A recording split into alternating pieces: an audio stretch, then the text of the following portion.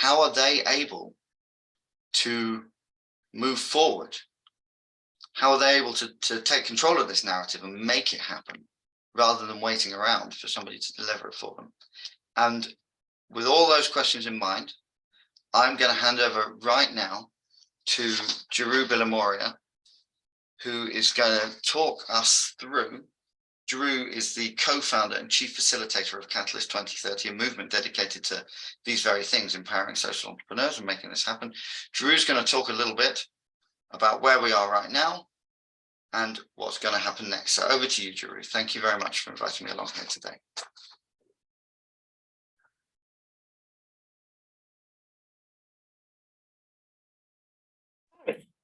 Hi, everybody. Good morning, good afternoon, good evening from whichever part of the world you're in. I would like to firstly thank Dave for facilitating and moderating this session on Catalyst. I would like to thank the panelists who are there and also to USAID who have formally consented to partner and be with us on this session and on our journey. So a bit about Catalyst. This is the 4th edition of Catalyzing Change Week, and it started because we as social entrepreneurs and innovators wanted to share what we were doing. And there was no event which was led by social entrepreneurs and innovators. It started as a small idea and it has really, really grown. We have over 7,000 participants who are registered for the event from 108 countries with 600 social innovators talking across 200 sessions.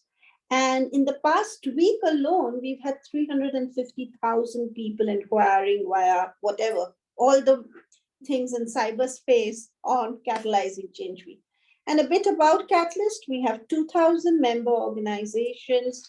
We have from 124 countries, 56% of our members are from the Global South, with 46 chapters, once again, mainly from the Global South, and 120 live collaborations.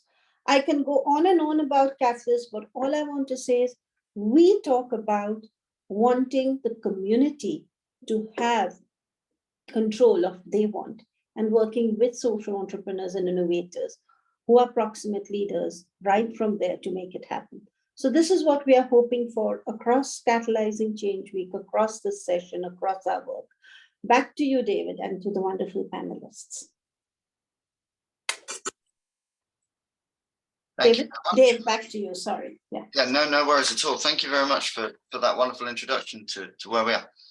So the next thing we're going to have today is we're going to have an introduction to the Turning Wheels report, which is going to address many of the issues that we've been discussing here. Talking about the practical actions that can be taken. And in order to launch that, we're going to have with us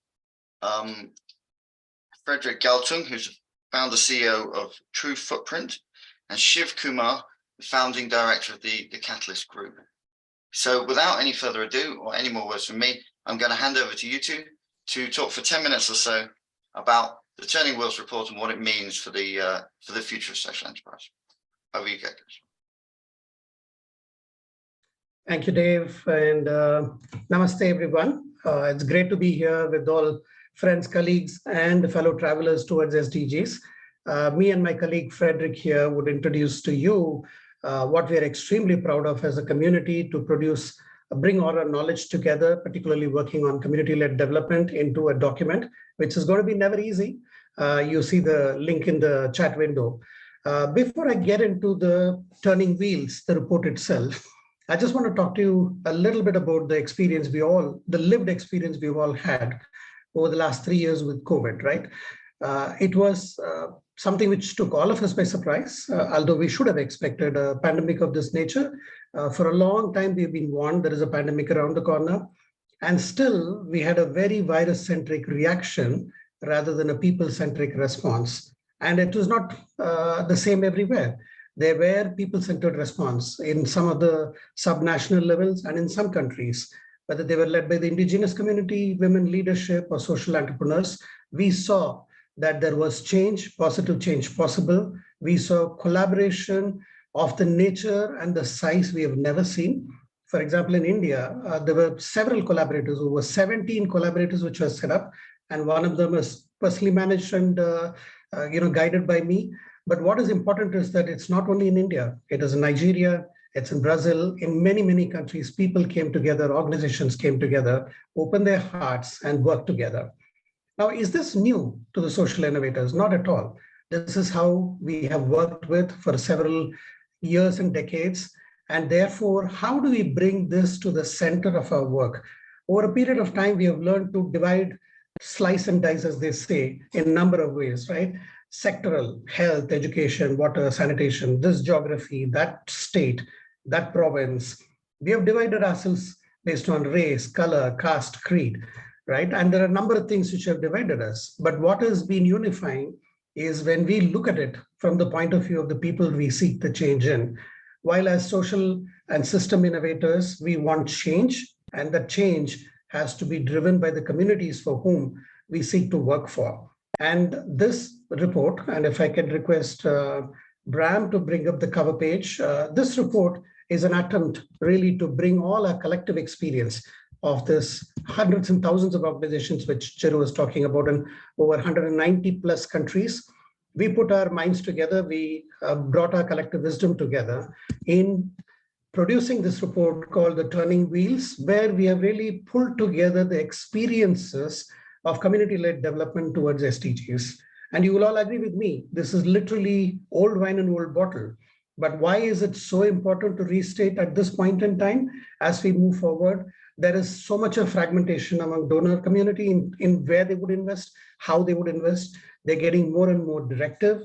The global south, in terms of its power structures, to say where the money should go and what priorities, particularly based on community needs, has been quite difficult. And in addition, the challenge in many countries is that poverty, in terms of the numbers and the percentages, are only increasing. And COVID has actually set us back even more. And therefore, we have to recommit to this approach. We have to recommit to listening and working with the proximal leaders in terms of taking things forward. Bram, if you can just move to the next. Yes, thank you. So what we are proposing is not rocket science, but extremely important to put people in the center, and by defining their needs and priorities in their voices, in their language, and in their terms. And then to help others focus, right from the government to the corporates, to the bilaterals and the other INGOs and NGOs, to bring them all together in a way that we all, as external actors really here, to pull our weight together in terms of making this change happen. Next slide, please. So what are the three things that we advocate and we see across the 70 plus examples, and it's a growing number of examples.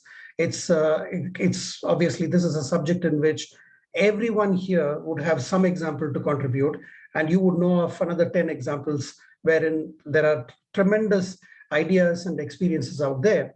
What we've really tried to do is to bring three major ways in which we're able to look at it. I think Bram is having difficulty. Let me try. If it's okay with you, Bram, I've got it ready here. So there are three things we are talking about. One is, as social innovators, we facilitate community-driven approaches and community-driven development. And this is by, as I said, radical listening, by action, which is with the proximal leaders, and investing in those leadership and their institutions. Secondly is to scale up those community-driven development approaches. And I can give you several beautiful examples which have not been scaled up because they lack resources or they lack the scaling DNA within them, right? And therefore, to do this contextually as well as in a way that we're able to scale it up to multiple contexts. And thirdly, advocate not only individually, but collectively advocate through social entrepreneurs. The community-led development has shown that it can make a difference. What we are talking about here is not some emerging science or an emerging way of working. This is the way we have seen impact. This is the way we have seen sustainable impact. And this is something which are one of the few things we in the civil society or social entrepreneurs would argue the least, which is, should we be solving the problems or should we be creating solvability? Sorry, should we be solving the problem or should we be creating solvability with the proximal leaders? And really, advocating, facilitating, and scaling those interventions is what we would be pushing for. And we are happy to socialize this Turning Wheels document today. which promotes this approach. We would like you all to take this and add more examples and help us develop this even further into a complete book. Jeru, maybe one day we should publish a book around this area. And what I would also ask for people who feel cynical or feel, we've heard this before, why are we talking about this? Come, challenge us and add more value to this work, because I know you all believe that long-standing change is going to come when we actually work with the communities and put them in the center. Thank you very much. Frederick, over to you. Shiv, thank you so much. I'm going to build a bit on what you said here, Shiv, because indeed what we're describing here may seem like a statement of the obvious. What's controversial about putting people and nature at the center? Every large organization will claim to be doing that. That's worth its while. So these guys have just reinvented the wheel with their Turning Wheels report, someone might say. Well, here's how we suggest that it's fundamentally different. Right. One is indeed this bold commitment made by USAID and has been part of the discussion, as Dave said, for a long time, of actually putting money directly with local organizations, locally led organizations as well. And so that is where I'll highlight 3 ways in which I think we can start to tell whether that difference is really happening. And so that's step 1. But step 1 is not enough, but it's a very important precondition for that. The second is that it's truly around systems change. The community doesn't have one interest alone, right? Yes, there is poverty. Yes, there is climate change. Yes, there was COVID, or there still is some. But it's always more complex than that. And that is why Catalyst 2030 fundamentally exists, right? Is to go beyond the siloed mindset of the individual innovation, the individually sometimes groundbreaking ideas, and sometimes technological, sometimes other, but really making sure that people are coming together, because no one innovator has all the answers. And we saw that again, Shiv, as you highlighted over COVID. Yeah, there were different approaches taken, but one thing we can all agree on: no one set of organizations and institutions could solve this on their own, right? It really required an all of society approach. And then the last point I'm just going to highlight is accountability. So here, a little poke in a way at USAID. USAID is a very innovative, of course, very large, the largest bilateral donor, but is rigorous as well as incredibly onerous, right, in terms of its fiduciary accountability, which it owes to the American taxpayer, ultimately. And it is right, of course, that there be accountability to the taxpayer, ultimately. But what about the accountability to the community itself, to the people we are serving? How does that line of accountability look? And the reality is that even the organizations that say they put people at the center, to what extent, how strong is that accountability? And there I can just share very briefly from my past work. So it's not work I'm doing now, but is of having supported community-driven accountability for more than 3,000 projects, $1.2 billion worth, across 14 geographies, from Afghanistan to Gaza to DR Congo. And in almost no instances were we able to get full cooperation from either the implementers, and most often not even from the funders. It had to be demanded bottom up. And so even organizations that claim to be very accountable ultimately were very reluctant in most cases, in the overwhelming, unfortunately, majority of cases, to truly be transparent when projects were not working well. And that's a relationship that can change. So on its surface, it may seem like we're not saying something very new, but across the 70 examples from across our movement, and there are many more, of course, we can show that this is pointing to something different. And hopefully with these 3 signals, we'll be among those that show that this is something fundamentally different that can be done over the coming years. Back to you, Dave. Thank you very much for that. Thank you very much indeed. This is an absolutely fascinating discussion. It's something that I think will be rolling along for a long time here. We're making some progress though. Right. We're moving on to the next step now. We're going to hear from a number of social entrepreneurs who've actually been putting this into practice, making it work in real life. So we're going to hear from Asif Saleh, Executive Director of BRUC, Gabby Reynolds, founder of the TAAP Foundation, Liz Weaver, co-CEO of the Tamarack Institute, and Olivier, I should have practiced this first, Nkuzu Wanda, my apologies for that, Nkuzu Wanda, CEO and founder of Refugee Innovation Center. Right, and each of them is going to talk for about 5 minutes or so on the subject of how they're actually making this work in practice. So Asif, do you want to take this first? Do you want to go first on this one? Sure, thank you so much, Dave. And really, indeed, a fascinating discussion and very relevant for as these global conversations happening. Maybe I will start with the example of BRAC, which the organizations that I had in terms of how investing in a local organization made it grow to a certain extent that it is actually now working beyond also the country that it started. So, BRAC started in 1972 as a very small organization focusing on rehabilitation of refugees who were returning from India to Bangladesh after the Bangladesh Liberation War. And over the last 50 years, it actually started with a $400,000 grant from Oxfam. But over the last 50 years now, it has grown into one of the largest development organizations in the world, with almost 100,000 staff, with 10 social enterprises, various numbers of investments like a bank, mobile financial services, and also a university as well. And in 2002, it expanded to Africa and Asia through BRAC International. But at the core of this, I mean, there was not this grand plan in terms of that this is going to grow to this certain extent, but it was something that the previous speaker spoke about, that, the core of it was that it was built around the notion that development has to be deep, long-term, integrated, and it will need to bring in the whole of society as an approach. And it had the vision, it also had the sort of the scale in the DNA that Shiv mentioned, which is very, very important. But most importantly, with everything there, if there wasn't investment in the organization by the donors, the organizational capacity would not increase to a certain extent to have this kinds of scale. So essentially, I think this is a common dilemma or the question that I hear from the donors as we are also trying to work with other local actors, both in the humanitarian context and also in the development context, that, oh, it's too risky for us to fund smaller organizations because they don't have the capacity.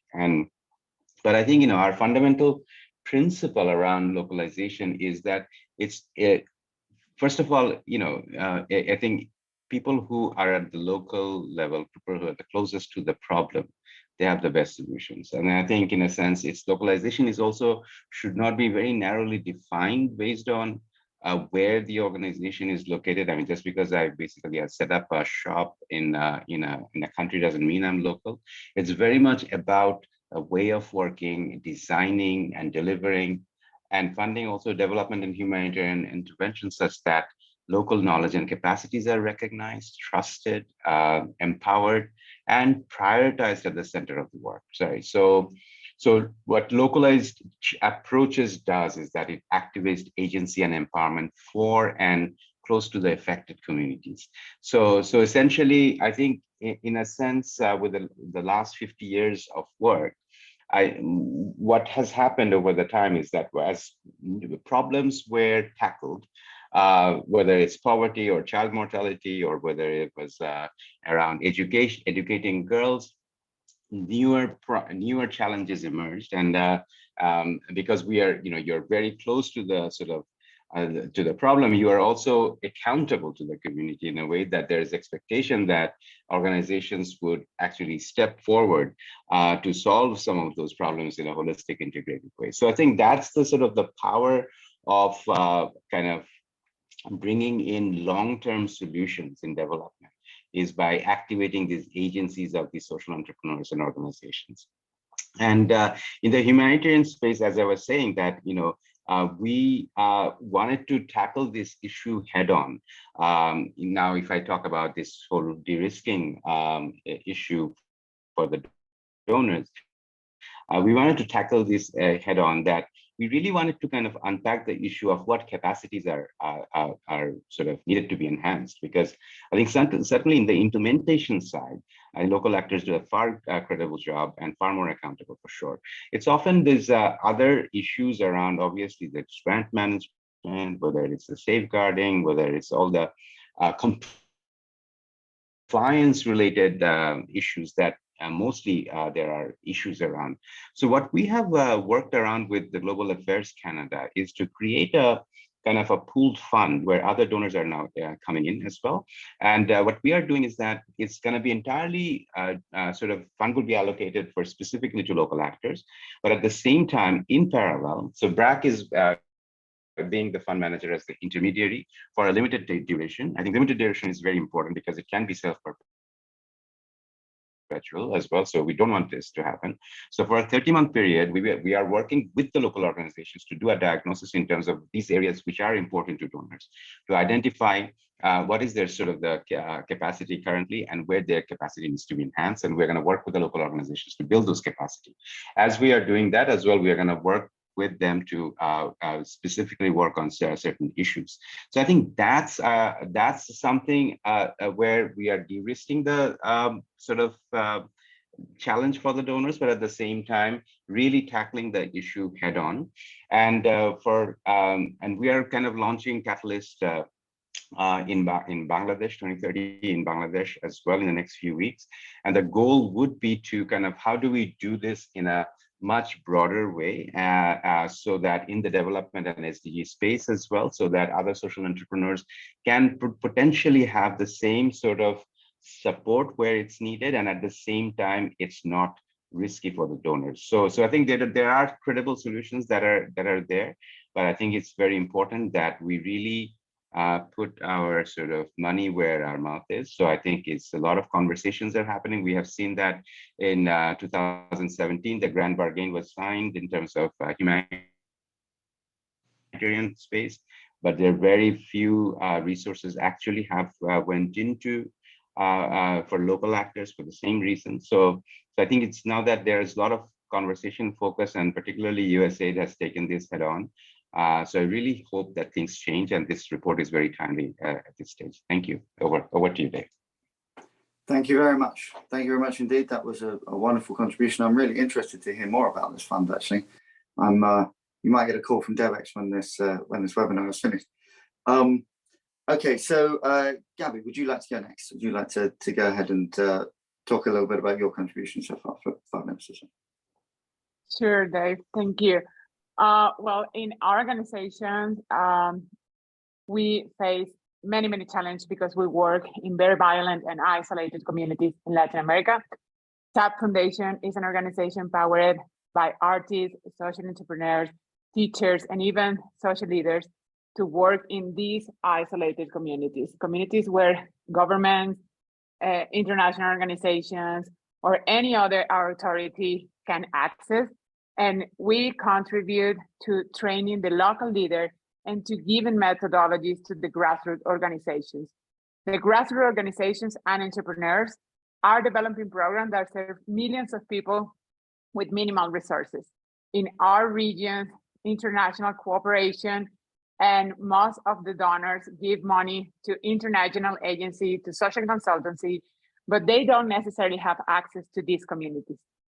And that's why we are trying to support their communities and the local leader, giving them helpful resources, but also methodologies and programs that they can use to prevent others to reinventing the wheels. You know, most of the solutions are there, but if the grassroots organizations and the social leaders have the capacity building to put it on practice on their community, that will be more helpful, because we believe that the only way for solutions to be sustainable is for them to be co-created with their communities. And it's the only way for them to carry out. We face significant challenge, of course. Social entrepreneurs and grassroots receive very few resources, and most of the funds for governments, donors, and companies go to these agencies that don't have access to communities. And that creates some kind of bias in our sector, because these organizations have to subcontract other organizations that have to subcontract other organizations to reach the territory. And that means that the resources not necessarily go to the people who have needs. And that's why we are trying to really change the approach. You know, when you create the solutions with the communities and they are the one who are using the strategies to change the reality, you see how they can change the game on time.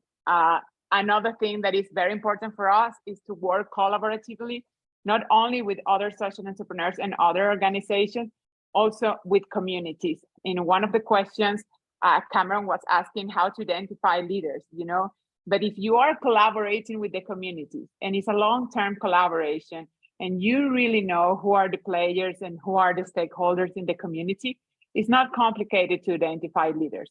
Most of the communities really want to change, really wants to improve their quality of life. And the only thing that they need is the capacity building, is the methodology, is the resources to do it, and is seen as a collaboration and not just as they are my beneficiaries. No, they are part of the solution too. And if I collaborate with them and I know them, I know how to identify the leaders that could keep working in the territory. Another thing, and for us is very important, is to understand that we are more impactful and more useful if we are not needed in time. An organization that wants to live in a community forever is not serving the community, it's serving their own organization. We need to, you know, high the bar for the organizations, social entrepreneurs, donors, governments, and everyone, and understand if we think in programs and process to really change systems, you know, those systems has to be led by communities. And we have beautiful examples here in Latin America. We have a great example from Juntos por Chocó, which is in the Pacific coast of Colombia, you know, where the community is leading the process to change and it's leading process to bring peace to the community. And that is for me the most important, you know, how we change our approach and how we start seeing communities as our partners, how we start seeing grassroots organizations as, you know, responsible organizations that can make change. How can we deploy not only methodologies and programs for that, also resources and support to let them lead the pace for their own change. That is what I think. Excellent. Thank you very much, Gabby. That's a really, again, a wonderful contribution. I really want to ask questions about this, but I think we need to move on and hear from everybody first, and we'll see if we have time to have a little bit of a discussion at the end. Okay, Liz, do you want to pick it up next? Sure. Thanks so much, everybody. And it's so great to be on the panel with my colleagues and to hear about the global examples that are really making a difference, I think, from a place-based approach in countries around the world. The Tamarack Institute began in the year 2000, and our goal was to end poverty in Canada. And we continue to do this work, but we take it from very much a place-based perspective. We believe that communities have to be at the center and that citizens with the lived and living experience of poverty have to be at the center. The report talks about facilitating change, it talks about advocating, and it talks about scaling change. And I think that these are three really important ways of thinking about how this work unfolds at the local community level. So who are the actors that are facilitating the change? Who are the partners that you're bringing into the conversation? What role are they playing? What is the perspective that they bring? And what actually works in that community? What's important to that community? What's the problem that they want to solve together. And that's a bit of a facilitating approach. The advocating is really trying to understand what the system is calling for and the actors in the system. So if they're government, if they're private sector, if they are philanthropy, if they are USAID, wherever those actors are, what are they looking for and how do they create the windows of opportunity to move the change forward?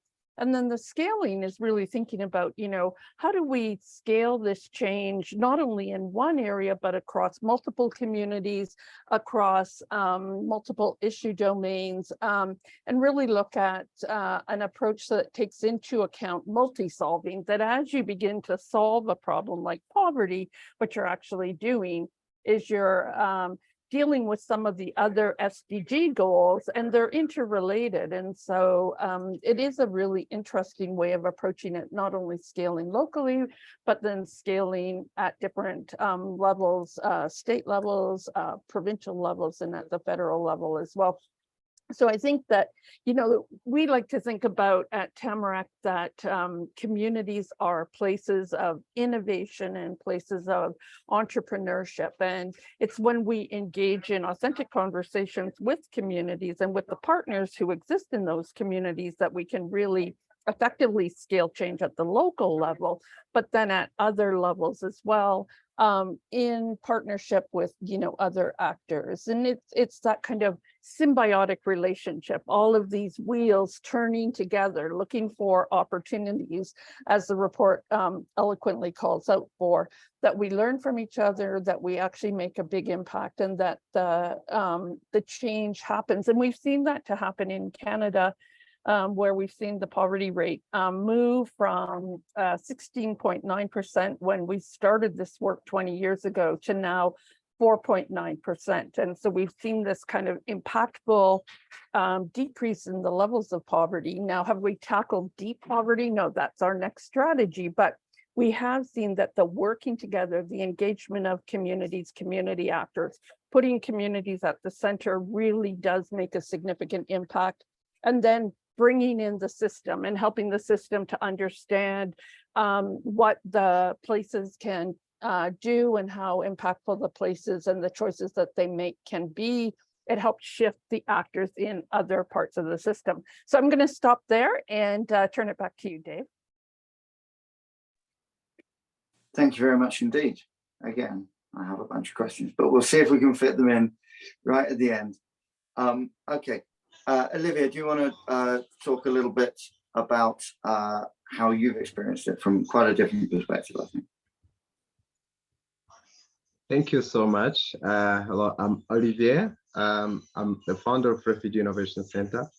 I'm a Congolese refugee, a member of Catalyst 2030. I'm a social entrepreneur committed to design, collaborate, and implement solutions to my refugee community in Uganda. So being a literate refugee, it gave me an opportunity to be informed on actual issues and able to design best solutions relevant to my refugee community programs. This chance is owned by not only me, but also by many other refugees in my community who never cease to work for community change. As the global economic crisis scales, the World Food Program in Uganda decided to remove every refugee in Uganda from food support, which shall affect health, education, livelihood, and peaceful coexistence in refugee camps in Uganda. This stands as a heavy burden to the ignored local social initiatives, which are always committed for change. The refugee-led organizations share the same problems of the community. They starve, they do what, and so on, but they understand the problems on ground, but they are already committed to design the best solutions they know that are really relevant to the problems that their community are surviving. So simplifying funding requirements and empowering local initiatives as a chance to scale a positive impact shall stand as an only way to change big with minimum resources in communities.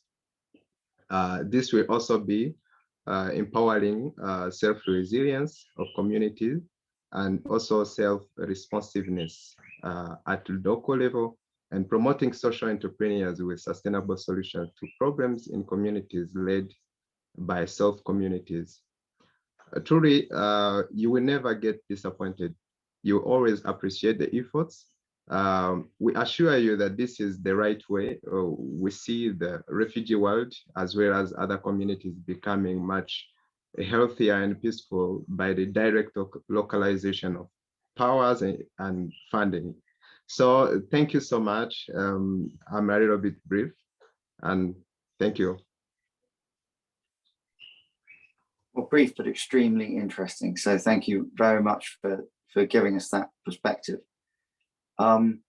Okay, we're going to hand over now to Adam Phillips, who's going to give us perspective from the other side of the coin and talk about how USAID is going to go about funding these kind of changes. How do we go about funding social entrepreneurs a little bit differently? How is this kind of localization funding process taking place? So without further ado, I'm going to hand over to you, Adam, and I'm very interested to hear what you have to say. Thanks so much, Dave. I really appreciate it. And I'm really, really grateful to be here with Catalyst 2030 this morning for this week of Catalyzing Change. My name's Adam Phillips, and I'm the Executive Director of something called the LFT Hub, the Local Faith and Transformative Partnerships Hub, here at USAID, where we are co-leading our reform work on locally led development, on localization. I have spent most of my career in local communities or in the advocacy space. And 2 years ago, when I joined the Biden administration, I was really eager to jump in and lean in on this really important effort of centering local and community partners, local leaders, to address all of the needs that we face, not just in the aftershocks of COVID, but as we pursue the Sustainable Development Goals, as we pursue healthy, flourishing communities near and far. So it's really a great opportunity to reflect this morning on this concept of the systems innovation economy. So many of these principles resonate with how USAID is thinking about its own work, in particularly how we can do more to make our work more locally led. At the end of 2021, USAID Administrator Samantha Power announced her commitment to changing how USAID works in order to ensure local actors are at the center of what we do. This commitment recognizes that local leadership and ownership of goals and processes are critical for achieving longer-term, more sustained results. I really liked how Gabby put it just moments ago, and talking about mobilizing millions with minimal resources. And in order to have sustainable change, we have to work together on co-design. So when we think about it here at USAID, this commitment to localization recognizes that local leadership and ownership of goals are critical for those sustained results. It also acknowledges that we need to grapple with and change the power dynamics in the business of aid, striving for more equitable and inclusive approaches. So what does that mean for USAID to pursue these goals? I'll highlight three main lines of effort this morning. First, we're adapting our policies and programs to foster locally led development, tied to each country's unique conditions, including through an embrace of local systems practice, taking account of key local actors and relationships, understanding power dynamics and incentives, and recognizing the priorities, capacities, ideas, and challenges local actors face. Like the systems innovation economy work highlights, addressing a challenge requires interactions among governments, businesses, civil society, private sector, and more, all of whom bring their own ideas and capabilities, relationships, and motivations to the table. This isn't new for USAID. I would note that today is actually the 9-year anniversary of when USAID first posted its local systems framework. For our localization goals, give the local systems lens new impetus.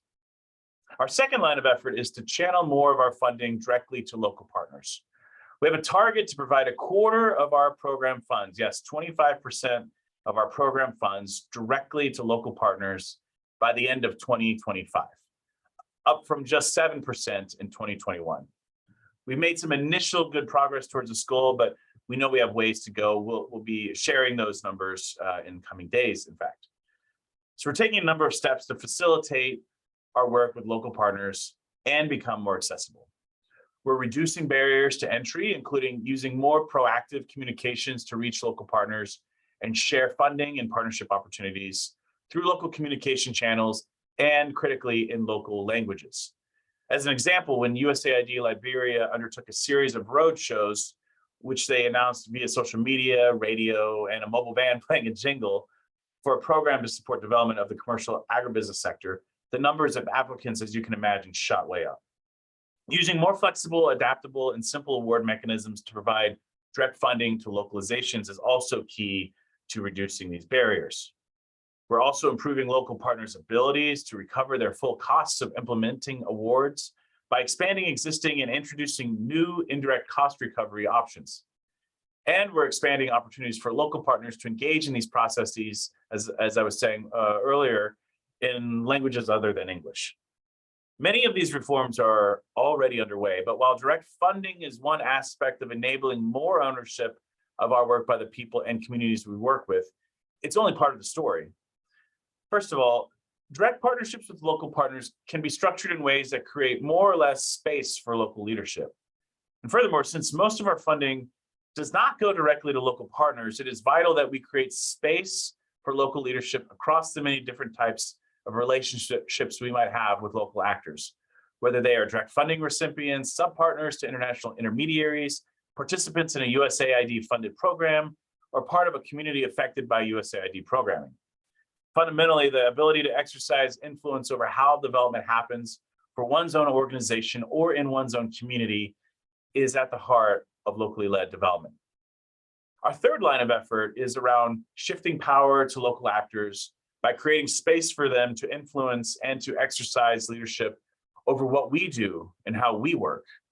Administrator Power has set a goal for us that by 2030, 50% of our programming, yes, half of our programming, will place local communities in the lead to set priorities, co-design products, drive implementation, or evaluate the impact of our programs. This goal is about how we work and looks at our use of approaches like listening tours, collaborative processes like co-creation, and participatory monitoring, evaluation, and learning processes. Overall, between FY 2018 and FY 2022, USAID increased our use of co-creation in the awards process from 18% to 30% of new awards. And this is for all awards, not just those with local partners.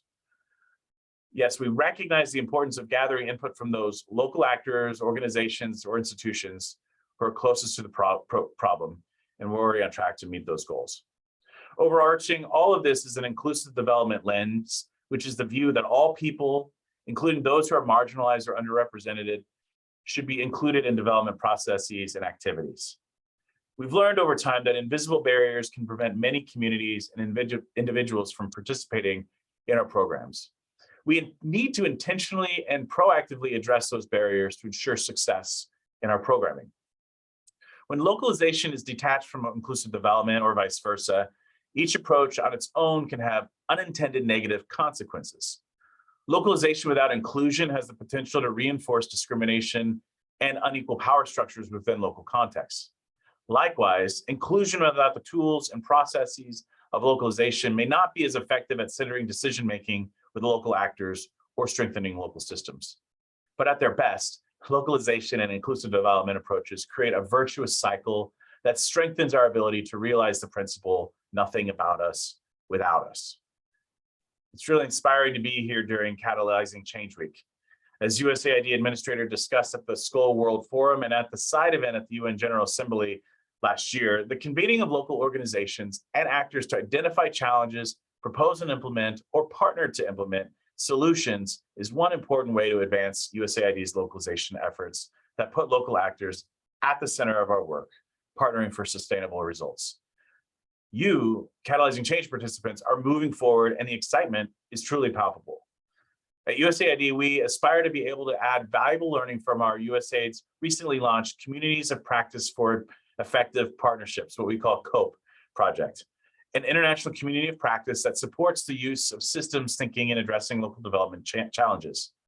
COPE stem from the USAID Local Works funded research activity, Local Systems Practice, which from 2017 to 2020 in 9 countries across Asia and Latin America.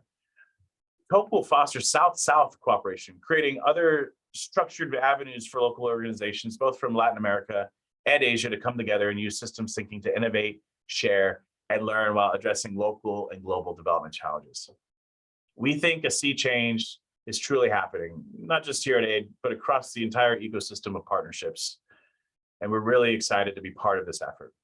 The future of development will be driven by proximate leaders like you, who share knowledge, exchange ideas, and accelerate collaborative systems change through global South-South communities of practice.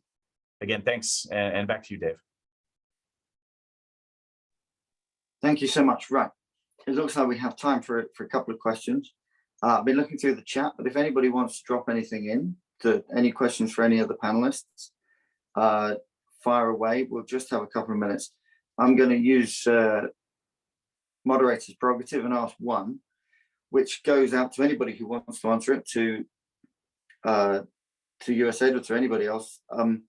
So my question is, if we want to get different results, we need to use different funding mechanisms.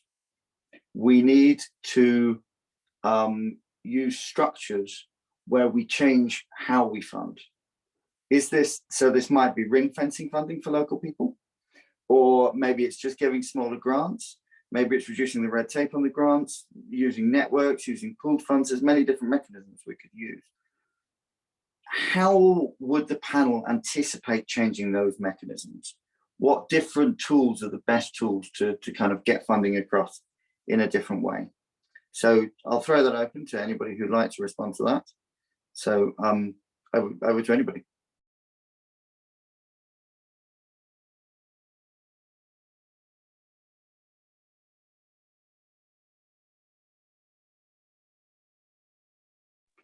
I'll just check if anybody wants to pick that up. I'm sorry, I'm getting some technical difficulties here, not hearing anybody. Hey, Dave, can I come in on that? Please do, please do. No, I think it's a great point that you make. During the peak of COVID, there was a request made by community members in India, sex workers, who wrote to the Global Fund. They said, these are voices from the ground to the leaders in international arena. That's the title of the letter. And they requested for a emergency grant to tide over, because sex workers were out of jobs during the COVID time, as one can imagine. And actually they won. The people listened to them, and $10 million grant was given, right?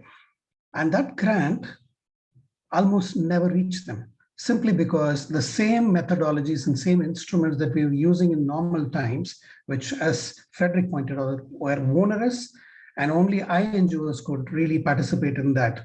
And therefore the money really got stuck on the way, right? It never reached these communities. And therefore, I would very, very strongly advocate that the kind of mechanisms, funding mechanisms, the instruments which we need to look at for community organizations and locally led development will have to be reinvented, because we cannot have the same approach and a different result, right? And I think to the credit of USAID, that's why they set up Local Works, which is one of the ways in which they're doing that. But I think all donors need to think really carefully that if we talk community-led development, are you going to change? Are you going to change your approaches? Are you going to change your instruments? And are you going to change your funding mechanisms? Thank you. Okay. Would anybody else like to respond to that? Any of the other panelists want to jump in and say something? Yeah, I can jump in if that's okay for a minute. So I think Please somebody do. has a video. No worries. Oh yeah, there you go. Yeah, thanks for those words on Local Works, Shiv. Just last week I got to meet with some of the leadership that helped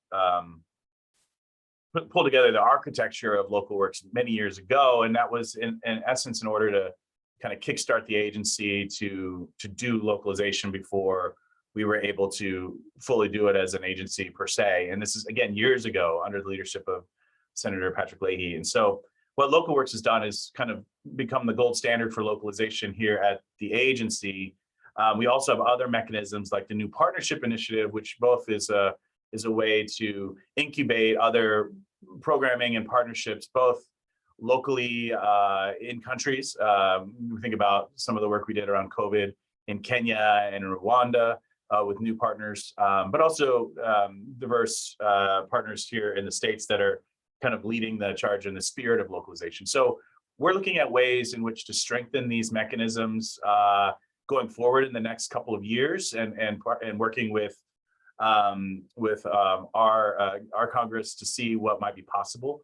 Really excited about what we were able to do so far with Central America Locale and the Northern Central American countries on our efforts in the past 18 plus months, and looking to expand similar kinds of work in sub-Saharan Africa with a new localization initiative. So again, those are ways in which we're thinking through how to maximize what has been already the proven concept of some of these mechanisms across the entire agency.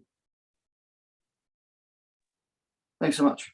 I'll take one more response on that if anybody wants to, or if not, I'll jump on to the next question. Any of the other panelists want to kind of jump in and make some comments on that? No? Okay. All right. Well, in that case, I've got quite a few questions here. So let's fire to the next one, which is the other thing that I find really interesting about this is the role of kind of some of the entrenched kind of existing powers in this. There are obviously some large NGOs who've had a lot of success raising money. There's large private providers. There's obviously kind of donor governments have kind of geopolitical demands that influence how this happens. And then governments in the countries where we're trying to do locally led development. And then even within local communities, there are some kind of tensions. We can't think of local communities and community organizations as a homogenous group. They don't always agree.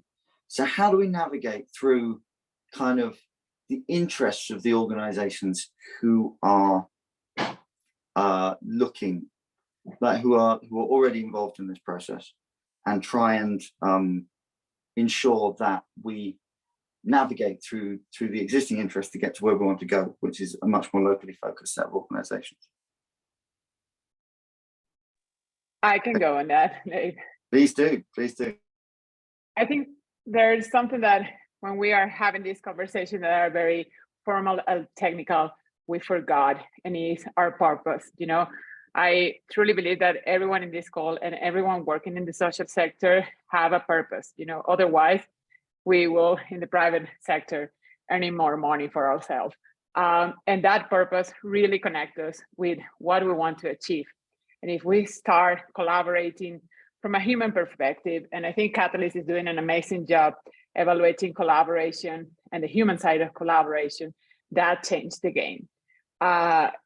One of my most important partners are local leaders and local organizations, because they allow me to really be in the territories.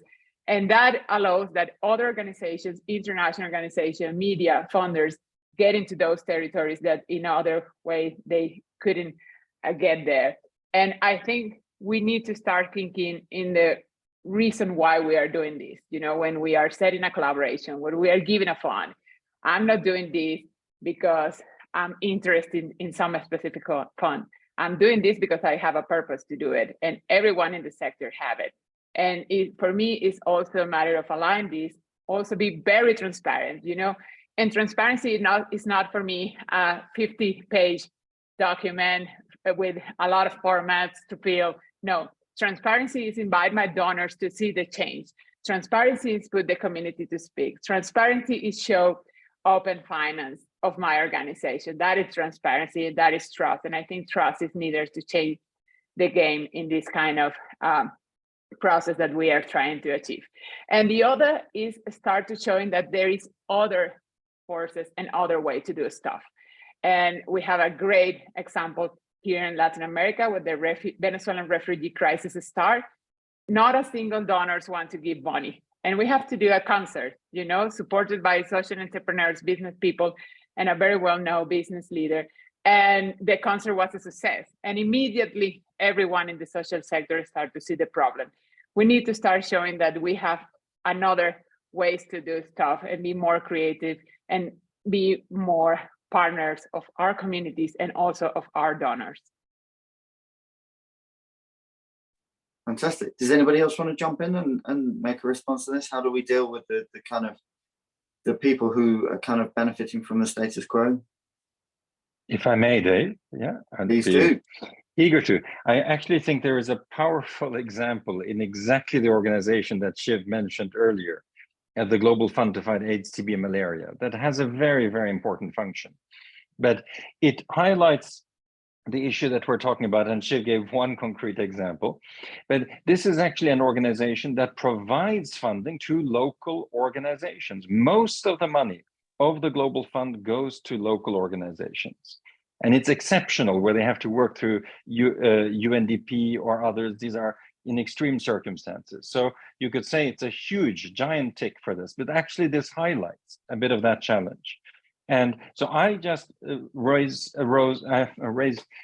three features that will tell us that we're really doing things differently. One is providing funding directly to locally led organizations, but that's not sufficient because, and here are the two examples, is, as Shiv reminded us, the Global Fund is the biggest funder of support to sex workers around the world, indirectly through these groups. In many countries, in fact, most countries where they operate, this is on the margins of the law and illegal activity. It's also a supporter, of course, for organizations that work with men who have sex with men. In many countries, it's an illegal activity.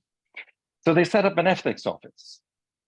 In the first 4 years of that ethics office, which was widely advertised, a little bit to Adam's point, it really went out, was very widely advertised. The very highly competent ethics officer, chief ethics officer, didn't receive a single complaint through all the various channels that there were. So that accountability to the community they serve was very weak. And of course, we know that there were many, many, unfortunately, human rights abuses of these two communities. And then the question of systems change. Right? Are these organizations that are then growing and just perpetuating themselves, or is there truly systemic change happening? And from the work that I did on the ground with people at the community level, it was very, very difficult for them, right, to really make things change. And so just one tiny example, in Zambia, when I went there, enough funding was there for everyone to have a twice yearly test of their CD4 count if they were living with HIV. And in a group of 24 people living with HIV, many of whom had had the disease burden for many years, not a single person in that room had had a twice yearly test. And some of them hadn't had it for years. So the funding was there, but and these were all actually activists who were not able to access this. So again, this step is very important of providing that funding to organizations in that way, but it's not going to be sufficient, right? There is more that needs to happen. Okay, thank you very much. Right, I'm really sorry to everybody that we've just had a whole barrage of questions just there, which I'm not going to get the chance to put to the panel, much as I'd love to, because we're running out of time here. Let me just sum up very briefly here what I think has been an absolutely fascinating discussion. So, I mean, it feels essentially that this is an issue that's time has come. We've been working on this for a very long time. A lot of people are putting a lot of effort into creating these changes, and we can see that it's a tough nut to crack. But increasingly, we're developing the tools, we're developing the will, we're seeing a lot of leadership from people like USAID and from other funders as well, but there's still a much, much, much further to go. So I think we're getting there, but there's still more to be done. So let me just wrap it up by saying thank you very much to all of our panelists. Thank you very much for that fascinating discussion, for all of those amazing examples. And some of them I'll be following up with a few people. And I look forward to seeing you all soon, to Catalyst 2030, and to everybody who made this possible. Thank you very much. And I wish you the best of luck in your future activities, to every single one of you. Take care. Goodbye. Thank you very much. Thank you, Dave. Thank you, everyone. Thank you for a wonderful panel. Thank you. Thank you. Thank you all. Okay. Thank you. Thanks. Bye.